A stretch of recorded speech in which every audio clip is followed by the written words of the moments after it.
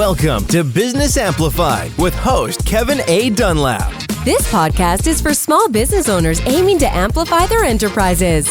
Explore strategies to play a bigger game by becoming an author, public speaker, podcast host, or expanding your brand in other ways. Elevate your business on Business Amplified. Hello and welcome back to Business Amplified. Today we have a gentleman by the name of Alan. He's going to be joining us. He's also a business coach just like myself. However, he's going to be sharing some of his great insights, and I cannot wait until hear what he has to say. So Alan, welcome to the show. Thank you for having me. It's always an honor to be interviewed. I really do appreciate it, and I'm excited. Let's dig in.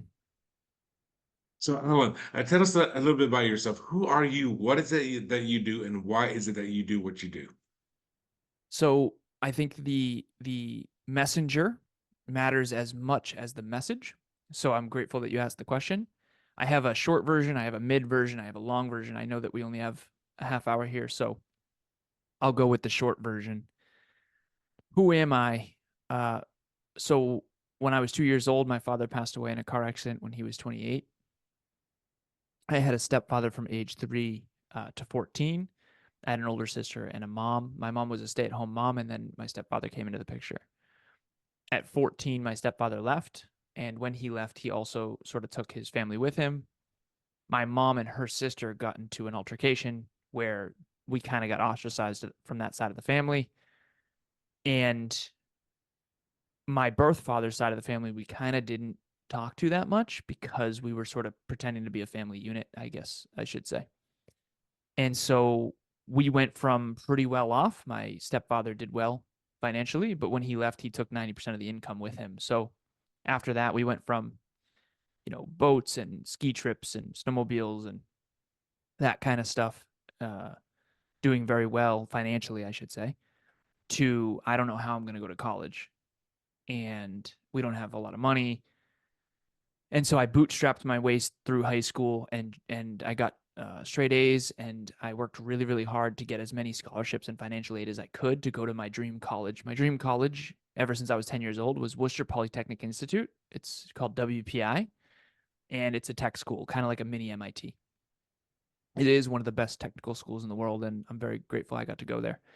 But I went from, I can't wait to go to WPI when my stepdad left, to I don't even know even if I get in, which it's a hard school to get into, how am I going to go? How am I going to afford it? So I did. I did really well in high school, got a lot of financial aid and scholarships, and I got in and went there, and I did computer engineering. I did computer engineering for my bachelor's. I stayed an extra year for my master's, and I had a bunch of jobs, sort of internships and stuff within there. But after that, I went and job hopped in corporate America and did a lot of soul searching. So I worked for a company called iRobot. I worked for a company called Sensata Technologies, a company called Oz Development, Tyco Safety Products, and I eventually landed at a company called Cognex. Cognex is an industrial automation company that sells machine vision equipment, and they sell it into manufacturing facilities. So I started an inside sales engineering team there, and then I was promoted to outside sales engineering, and I would visit all these manufacturing facilities all across Connecticut, Western Massachusetts, and Vermont. And that's when I was in my early 20s, paid off 84 grand worth of debt in a single year, had $150,000 in an investment account doing ETFs and index funds and that kind of thing. And I was just really starting my career. And expenses were really low, no family. And the part of the story I haven't shared with you yet is that I did a lot of partying. So Cognex's motto, still to this day, is work hard, play hard. I used to say work hard, play harder. And when I was 26 years old, I was up in New Hampshire. We weren't partying. We were playing video games and going to TGI Fridays, and me and my little cousin were in a car accident. And I was supposed to yield. I didn't. It was one of those bad winters where the snowbanks were covering the signs. I didn't see the yield sign, and I thought a Mack truck was in front of me when I looked up from the GPS. And luckily, it wasn't a Mack truck. It was a lift-kitted pickup truck. And I was driving a 2004 Volkswagen Passat. I bought this in cash because I wanted to save money and pay off my debt. And I used to call this the tank. I used to call it a German-engineered steel trap of a car. Still to this day, this car definitely saved my life. And so if you circle back to the original part of my story, and this again is the quick version, my father passed away when he was 28 in a car accident. I'm 26 at the time of my car accident. And I've seen pictures of his car, and my car was not much different. And so this, physically, we were okay. He hurt his knee on the airbag. I hurt my face on the airbag. But mentally, emotionally, and spiritually, I was not okay at all. I was so messed up by that. I questioned everything. I was in tons of regret. I questioned who I was and what the point of life was. What was the point of all that? And, I had achieved all my quote unquote dreams. So now, again, I didn't understand any of this at the time, but that was 9 years ago. I often joke I'm hoping to hit puberty at 36. So I look very young, but I'm actually 35 now. And so 9 years ago, I was 26 years old, and that's when that happened. And I didn't understand this at the time, but I do now. I was very successful from the outside looking in, but I wasn't fulfilled from the inside out. And so the way that I try to describe it now is I'm not only successful, from the outside in, but now I'm actually fulfilled and successful from the inside out. And so I really flipped that script. I used to achieve at the expense of fulfillment and my core values and my character. Now I flip that script and I focus on my core values, my character, and my fulfillment in a hope that success will be a byproduct of that. And that has worked really, really well. And so we started a company. I had a podcast called Conversations Change Lives. My business partner, Kevin, had a podcast called the Hyperconscious Podcast. We teamed up. I was his first guest. He was my first guest. And then we started doing them together. And then we transformed that into what is now Next Level University, which is our podcast with 1,640 episodes as of earlier today. And we've got a 21-person team now and 21 departments. And now I do business coaching and leadership and all kinds of stuff like that. But at the end of the day, I had to go from, struggling when my father passed away to struggling when my stepdad left to struggling through corporate and college and all that, and then sort of struggling in the entrepreneurial world as well. And so I'm very grateful to say that it has worked out very nicely for me, but it's been a nothing short of a struggle. And I think that's the lesson in life is climbing mountains is always going to be a struggle. And if you can get through that adversity and grow from it, get stronger and smarter, you're going to be better off. So it sounds like you have a never give up attitude. Where can you explain a little bit more about this? Like you said, you had to struggle as a kid, you had to struggle as a teenager, you had to struggle in your 20s. How did what was your motivating factor to have you keep going forward and forward? Yeah, I appreciate the question. I didn't understand this as a kid, but I've since reflected on it a lot. Now I've done a lot of therapy in my 30s and stuff like that. And I've also coached a lot of people at this stage. So the cool thing about coaching is you learn that it's not a you thing, it's a thing. And when I've coached so many different people from so many different countries and so many different backgrounds, you realize, oh, okay, there's certain archetypes. And one of my archetypes is the never give up. Why did I not give up when I had so much adversity? And I asked my therapist once, like, where am I on the spectrum of adversity? And she said, the highest I've ever seen. And that goes into other stuff that I won't talk about on a public forum. But how did I do it? The real answer underneath that is self-belief. But I didn't know that at the time. Kids that have a lot of self-belief, they don't know that they do. I've always had a lot of self-belief. There's two types of self-belief, and in the psychology, the literature calls it self-efficacy. So the first type of self-belief is I believe in my own ability to do the behavior, to do the work. The second type is the rarer type. And that's I know what work to do. That's the strategy piece. That's the I can reverse engineer the outcome that I want. And I'm certain that I have the right recipe, so to speak. And so a lot of people don't have a lot of self-belief, but they don't know that they don't, especially because we live in a world where everyone acts like they do. Because to answer your original question, I would have all these dreams and these goals, and I would always do them eventually, almost always, unless I decided in advance not to do them. And then people that I thought believed in me, they'd be like, oh my God, you did it. And I could tell, oh, you didn't believe that I was going to do this. Oh, a lot of people talk about goals and dreams without intending to actually do it. And my business partner, Kevin, has really helped me understand this because he didn't have a lot of self-belief. And a lot of people that don't have a lot of self-belief are acting like they do because they're insecure. And some people who do have high self-belief, one of the notable examples is like a Will Smith. Will Smith, whether you like him or not, he says, why would I ever be realistic? For people like me, it's like, oh, it makes perfect sense. Shoot for the moon, land amongst the stars, aim for the top. Why wouldn't you try? The alternative is too painful anyway. For someone without self-belief, it sounds insane. It sounds delusional. And so the answer of why I never gave up, it comes down to one simple thing, and that's self-belief. And my sister, who went through as much, if not more adversity than I did, she lost her father when she was 6 in that car accident. She lost her stepdad when she was 14. And that's not even the half of it. But she went down a different path that wasn't as future oriented, and it wasn't as aspirational. And so I think my goals and dreams saved my life, but those goals and dreams came as a byproduct of self-belief. Oh, okay. It's good. Like you said, there's a lot of people that are going as they're trying to build their businesses. They're going through a lot of self-doubt. They're going through a lot of struggles. They're going through a lot of other issues. And you're saying just to believe in yourself and then just take the action that you need to take your business to that next level. Am I hearing you correctly? So there's actually a way to build self-belief. Okay, please share. And so, yeah, absolutely. So some of us are doing this unconsciously. So we're building self-belief all the time. We just don't know it. The way to build self-belief is a formula we have a triad. The bottom left of the triad, the first step is state, the second is prove, and the third is self-assign. So an example is I'm going to create a successful podcast. So that's a state. Okay. I'm stating that I'm going to do that. It's like premeditated. I'm deciding in advance to do something. Prove is I'm going to go do some episodes. And then when you get a successful podcast, which took me way longer than I thought, by the way, do you self-assign it and go, see, I said I could do it. It's a self-fulfilling prophecy of I say I'm going to do something, I do it, and then I self-assign it once I do it.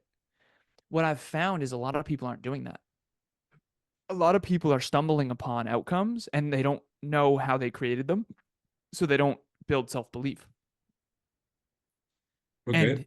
And that's a really dangerous game because you kind of can't figure out if you don't know what.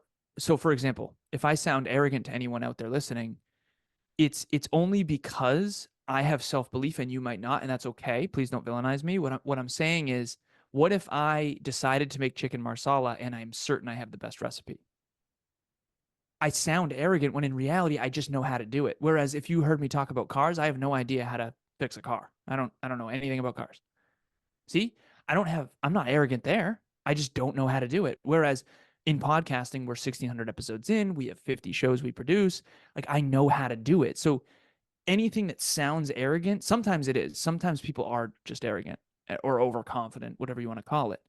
But sometimes it really is just self-efficacy built over time.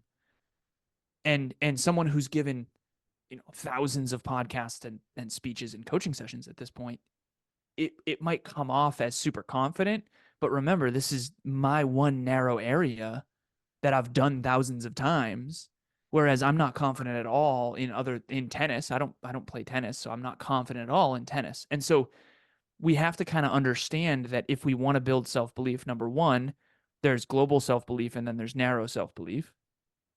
And self-belief is nothing more or less than I believe I can figure it out and achieve what I decide I want. And you can't do that without work ethic, self-discipline, the ability to reverse engineer the finish line and actually do strategy. And for those of you who struggle with the strategy piece, you can hire a coach that can help you build self-belief. Because one of my clients, her name's Bianca, she has way higher self-belief with me in her corner because she knows she can do the behaviors because she has high self-discipline, but she doesn't know what behaviors to do. Okay.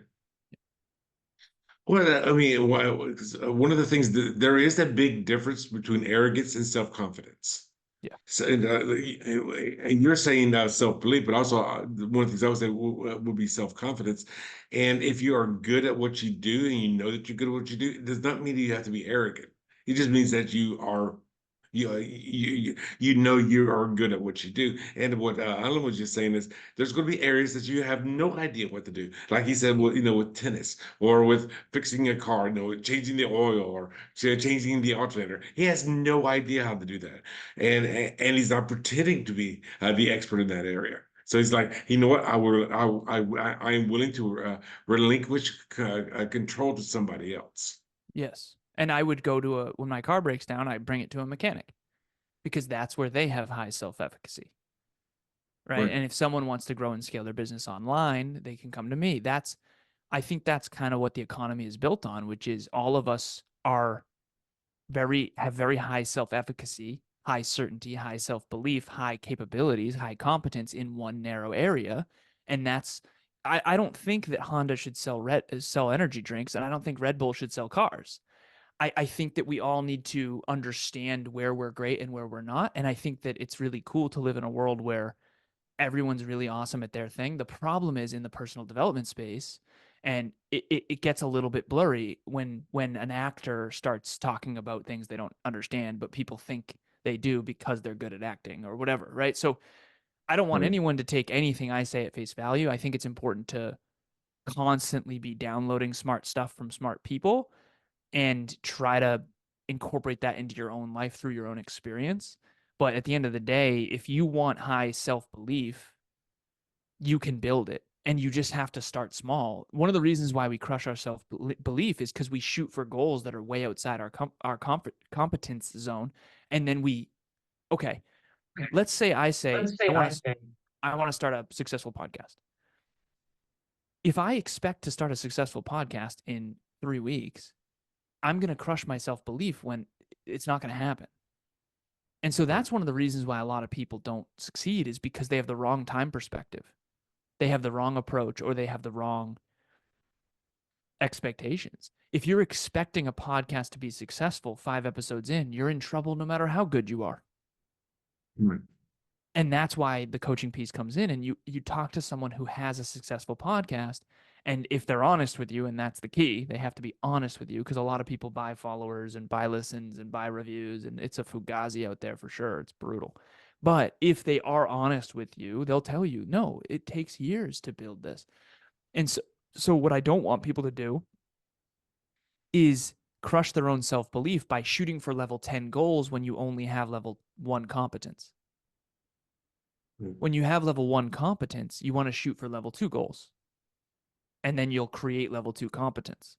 And then shoot for level 3 goals, and then you'll create level 3 competence. The problem is that we think we're supposed to aim for the moon and land amongst the stars, and only those among us that are ridiculously gritty and ridiculously resilient will we ever actually get to the point where we prove to ourselves that we actually could do it.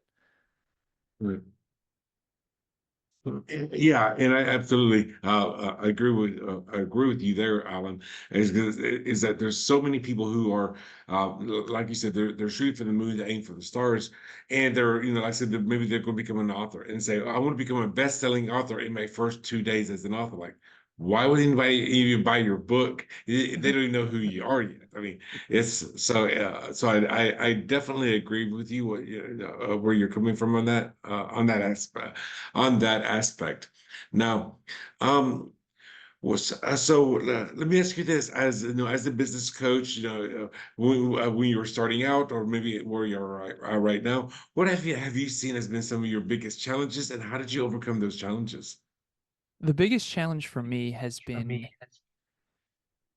understanding my blind spots when it comes to this stuff. So I didn't know Oh, at the okay. beginning that I had high self-belief and that other people don't. So I came off it's almost like, how can you resonate with someone who you know is different than you? So my business partner, Kevin, he would resonate really well with our listeners, and the listeners wouldn't resonate as much with me. It's almost like they could tell that I didn't get them. And so I Okay. used to think I was a strong communicator, and it's super ironic because I think in a room of computer engineers, I probably am a strong communicator. But now I understand that I have a mathematical modality of thinking, which is the rarest, I think.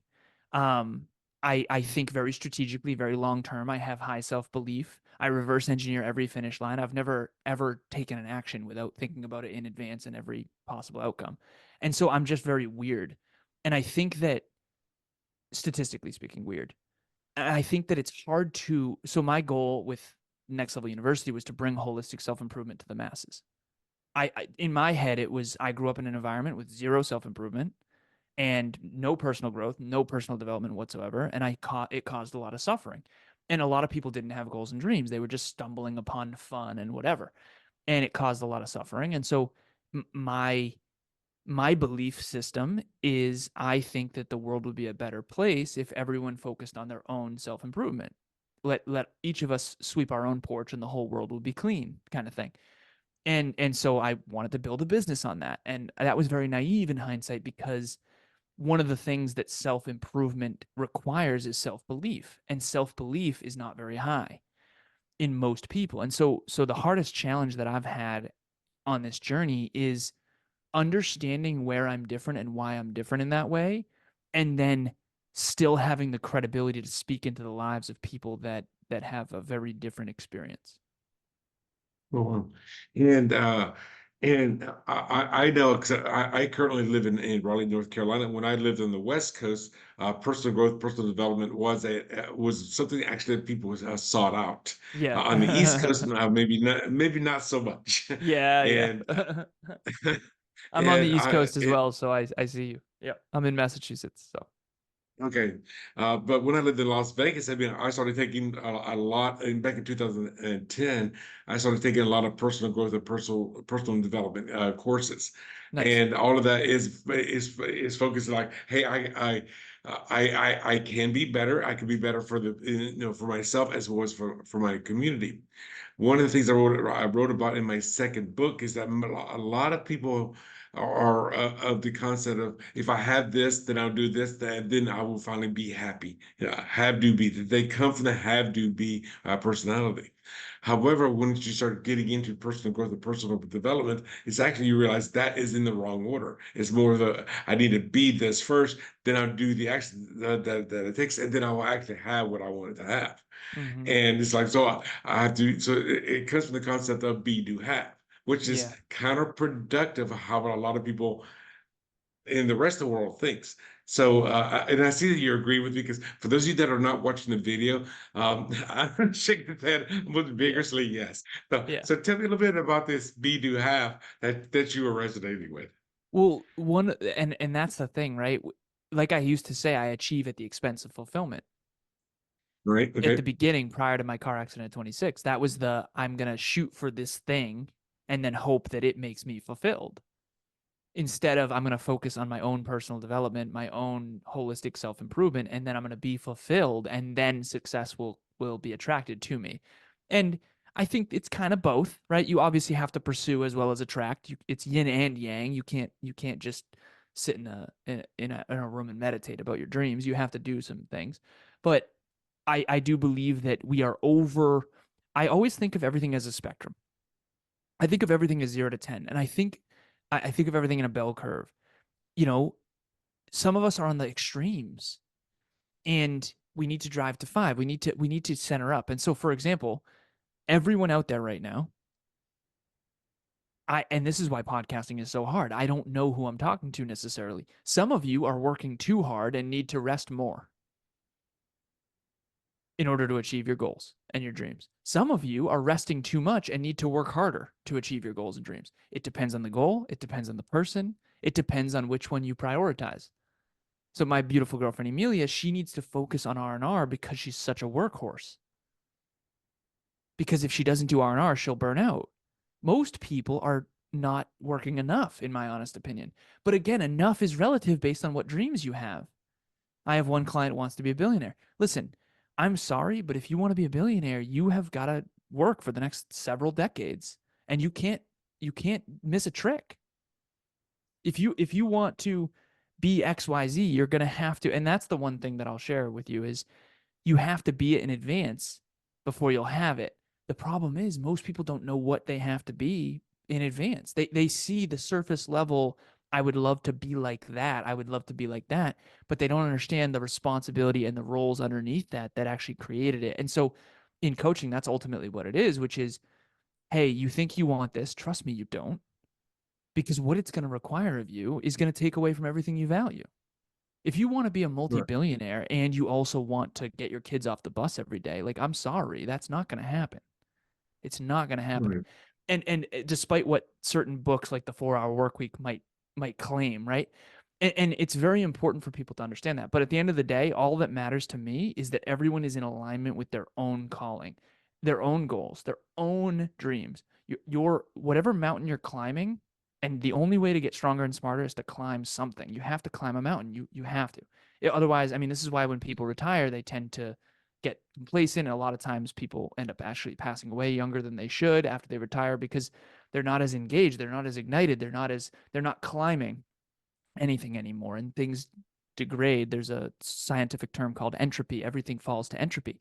And the only way to counterbalance entropy is to climb. And that's the metaphor that we use at NLU, which is climb your own mountain.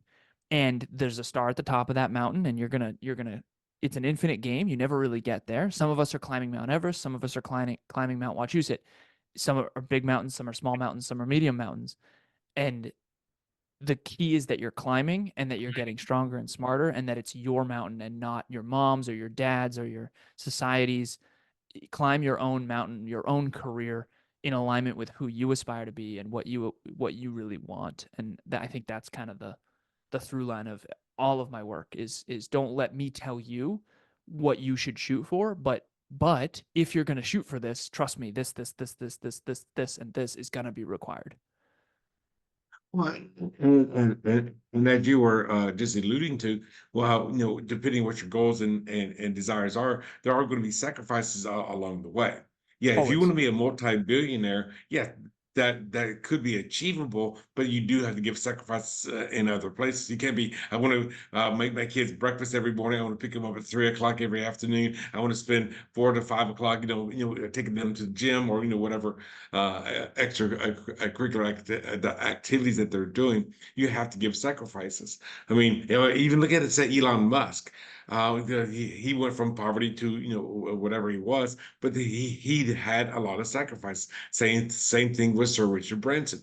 He went through a lot of struggles getting to where he was today. Yes. If you ever read Losing My Virginity, Sir Richard Branson actually started off as a pauper. He grew up poor. But the Yeah. thing is, and for him, if you ever read the book, is that he had to give up. He had a lot of sacrifices along the way. So yes, you have to do something that is in alignment to what you want in your personal life as well as in your business life.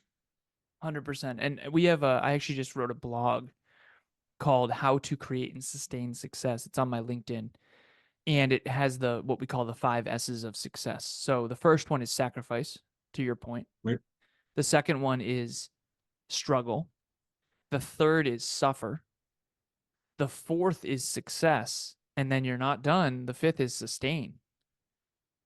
Oh, I, okay. I I love using a house as an example. My beautiful girlfriend and I have this wonderful condo, but we also have a mortgage, right? So we got the success, and now we have to sustain it through the good times and the bad in order to keep that success. Success is not a destination you arrive at. Our business did $330,000 last year, but in order to sustain that and more importantly grow that, we have to grind. We have to sacrifice, struggle, and suffer. And I think it's just freeing to realize that, because you see certain people's lives and you have envy and jealousy, but you're seeing the 5% that's great, not the 95% that's struggle. And so whether it's sacrifice, struggle, or suffering, it's your attitude about it. So when I say suffering, I mean, you know, laying up at night wondering how you're going to get it done. Kevin and I felt terrible. My throat hurt earlier. We did 2 episodes earlier today. I didn't want to show up to those, but we've never missed an episode. 7 years in, we've never missed an episode. We're not going to start now. And a lot of people would say, well, that sucks. It does, but it's also awesome to be able to speak into this microphone for a living, and it's awesome to be able to coach people all over the world to work from home and have a 30-second commute. So I think of it at, you had your do something do get have, or what was it? Be do have, or have Be do do be is how most people are. yeah, have do be, or be do have. I love that. I have want, love, hate. Everything that you want. So I'll use fitness for an example. I want a great physique. Okay, who doesn't? I love weight training. I hate dieting. Hate it. You can't have a great physique without dieting. Trust me, I've tried. And you can't just weight train your way to a great physique. You need to diet too. Trust me, I'm coming up on 2 years of exercise daily with my girlfriend Emilia, half an hour a day, 2 years in a row. And trust me, you cannot out train a bad diet. I've been trying for years. But the point is that there's always everything that you want in life has certain aspects that you will love and certain things you're going to hate. And I think that it's empowering to just be okay with that. I don't like tracking finances, but I'm the CFO of the company. I don't like waking up stressed out because we have a live event in 14 days, but I'm the CEO of the company. So it's you can't really want to be the CEO of the company and then not want the responsibility that comes with that, because quite frankly, we have a Right. 21 person team. I'm doing payroll, and if we don't succeed and we don't work, we're not going to be able to, and we're going to have to lay people off. It's like a whole thing. So a lot of people, it's very shiny, and I like shiny stuff too, but the shiny stuff always has a bunch of stuff beneath the surface that no one ever sees that you really need to study. The roots need to be studied if you want the fruit, and I think that that's hopefully what we've done today. Let me ask you this: um, if you could deliver one message to our listeners and our viewers, what would be that one message that you've learned since your car accident, and now you're running a 21 person business where you have yourself and a co-founder? What would you recommend to somebody who's just struggling, they're just starting to do their own business, and they're a one man or one woman show? What would you say to that person? Yeah, I would say do the 3D plan. The 3D plan is the first D is delete. Delete most of the stuff that you're doing that is not contributing to the things that you value most. Okay. My life was filled with so much superficial stuff back before my car accident. Kind of like a lot of busy work kind of stuff. Yeah, busy work, but also just persons, places, things, and ideas that were not good for me. So I deleted alcohol. I deleted friends that were constantly causing drama. I deleted family that was constantly causing drama. I just deleted a lot. There's a book called Essentialism by Gregory McKeon that I very highly recommend. It's actually behind me. It's one of my favorites. So the first D is delete. The second one is delegate. And the delegate is, okay, the stuff that you can't delete, but you really, really, really don't like, or it's taking a lot of your time, or it's not the best use of your time, try to delegate that to someone who does enjoy that. And that's where leadership comes in. You can't just delegate, you have to lead. You have to pass the baton. You can't just throw it at them, right? It's like in track and field, you have to pass the baton. The baton pass is how you win the race. So you have to lead. So the first D is delete, second one is delegate, and the third one is design, which is design your life around the most important things. So for me, as CEO and CFO of Next Level University, my three main things that I focus on every day is number one, lead people, number two, track, improve systems, and number three is track metrics. And so I've got this journal with me that every single day I have this little, what I call a G3 target, genius zone target, and I do check marks. So lead people, improve systems, track metrics. And so every single day I am focused on that. And then the key is getting everyone else in their G3 target so that everyone else is doing what the most important things are for us to achieve our collective goals and individual goals. And that's a whole thing. But you're going to have to consistently do that. You're going to have to delete, delegate, and design. Delete, delegate, and design. And the very last thing that I would share with everyone is life, I think, is inherently difficult. It always has been for me. It always will be. I think that sometimes people have this misbelief that life is supposed to be easy, And I think it's inaccurate. I do. And every time life's not easy, they think something's wrong. No, no, no, no. Like I remember my grandparents, I the abundance that some of us grow up in is insane. And it's empowering to say, you know what, life kind of sucks. It's adverse, it's challenging. It always has been and it always will be. So I'm going to embrace those challenges, not saying why is this happening to me or why is this challenging and condemning the challenge. Instead, I'm going to face challenge like a great workout. You don't get in shape from easy workouts and you don't get stronger and smarter from an easy life. And so choose the mountain that you want to climb and understand that adversity is a part of life and it's a necessary part of life, one that you can be proud of later. No one wants to watch a movie where the beginning is an award ceremony and then there's a bigger award ceremony at the end and there's no struggle whatsoever in between. The reason why we don't want to watch that movie is because it's boring. Life is meaningful and magnificent when you're climbing toward meaningful goals that are aligned with who you aspire to be through massive adversity and challenge. I think adversity and challenge is what makes life super meaningful. And if you can really hold that in your heart as you climb, I think you'll be much better off. Even though, yeah, sometimes it sucks. And you have to say, yeah, this sucks, but that's okay because it's going to be worth it. It's going to be worth it.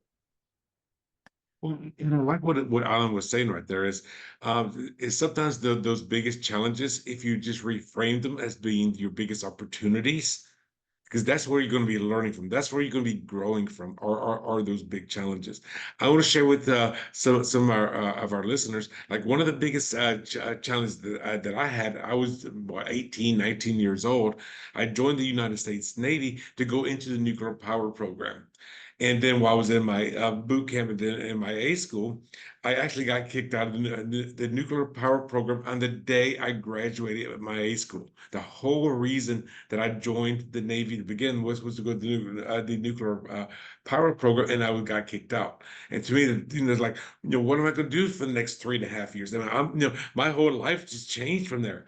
However, because of that, after like 2 or 3 months of waiting, I got stationed overseas in Japan. At that time in the 80s, the nuclear powered ships were not allowed to be in foreign countries. They could not be home ported in foreign countries. However, because I was not in the nuclear power program, I got stationed in Japan and I saw 14 countries, and that completely changed my life. So that Nice. big negative opportunity or biggest challenge became probably one of the most the biggest opportunities in my life. So for those of you who are struggling, and you're having these challenges and these issues, and let's even go back even to what Alan shared earlier. He had that car accident. And he may say that car accident was probably one of the worst things that happened in his life because he was comparing it to his dad. However, that car accident was actually the catalyst to something successful, so something great. So Yeah. whatever challenges that you're going through, do a reframe, and how can that challenge become one of your greatest assets? And I see Alan shaking his head yes again, vigorously almost, that he agrees with me. Is that correct?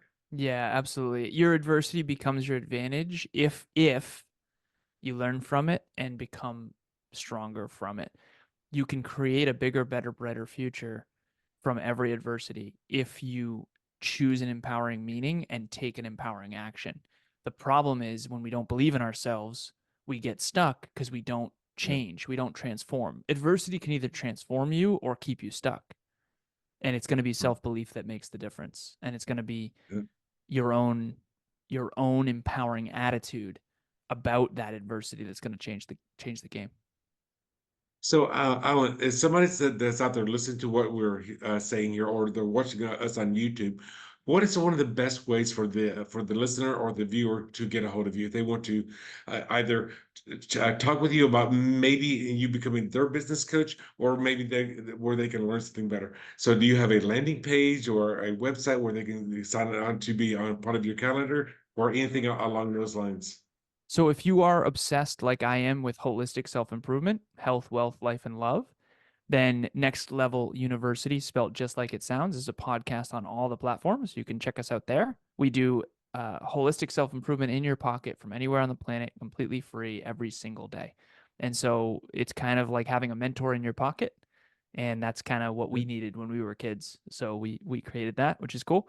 And then we also have a website called nextleveluniverse.com. So the podcast is Next Level University. The website is Next Level Universe, which encapsulates everything Next Level.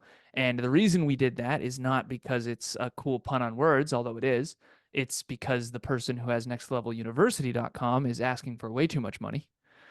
And so if you are a business owner who does want to grow, scale, and monetize your business in the 21st century, I'm your guy. I grew up with computers. I built my first computer when I was 13. I understand how to grow and scale a brand and market it online and sell online, particularly online. A lot of companies out there are struggling right now because 21st century is mostly online, especially after COVID. And so if you're struggling to grow and scale your business online, I've got you. I have an entirely virtual team. We don't have a headquarters. We don't have a building that we all go to, and yet we still all harmonize our goals and dreams in the same direction. And that can be really hard for older business leaders. So if you want help with that, reach out. Alan at nextleveluniverse.com. Next Level University is the podcast, and nextleveluniverse.com. Again, universe, not university, is the website. Okay, well, definitely, Alan, thank you for sharing that with us. And so, again, for those of you who are looking to join on the podcast, again, just do a Google search for Next Level University. However, if you want to get a hold of Alan, go to nextleveluniverse.com. Thank you, Kevin. I really appreciate it. Thank you. This has been wonderful. This has been a breath of fresh air. And yeah, thanks again for having me. Great conversation. Well, thank you for being here. And for those of you who are out there who are actually, maybe you're the expert in your own field, or maybe you know somebody who could be a possibly on our show, just go to businessamplified.net/pre-interview. Again, that's businessamplified.net/pre-interview for our 15-minute conversation where we can decide if you're going to be a great guest or not. So again, Alan, thank you for being on the show today. It's been a great pleasure hearing what you had to say. Thank you so much, Kevin. I appreciate it. Like I said, it's been an honor. And for everyone out there, I hope you all continue to create a bigger, better, brighter future for yourself, because that's how the world's going to change. Well, and guys, and thank you for joining us today. And until next time, be amazing.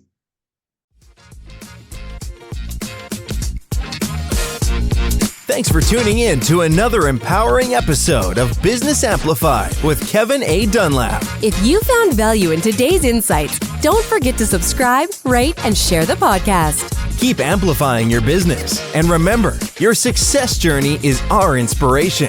Until next time on Business Amplified, go out there and make your business thrive.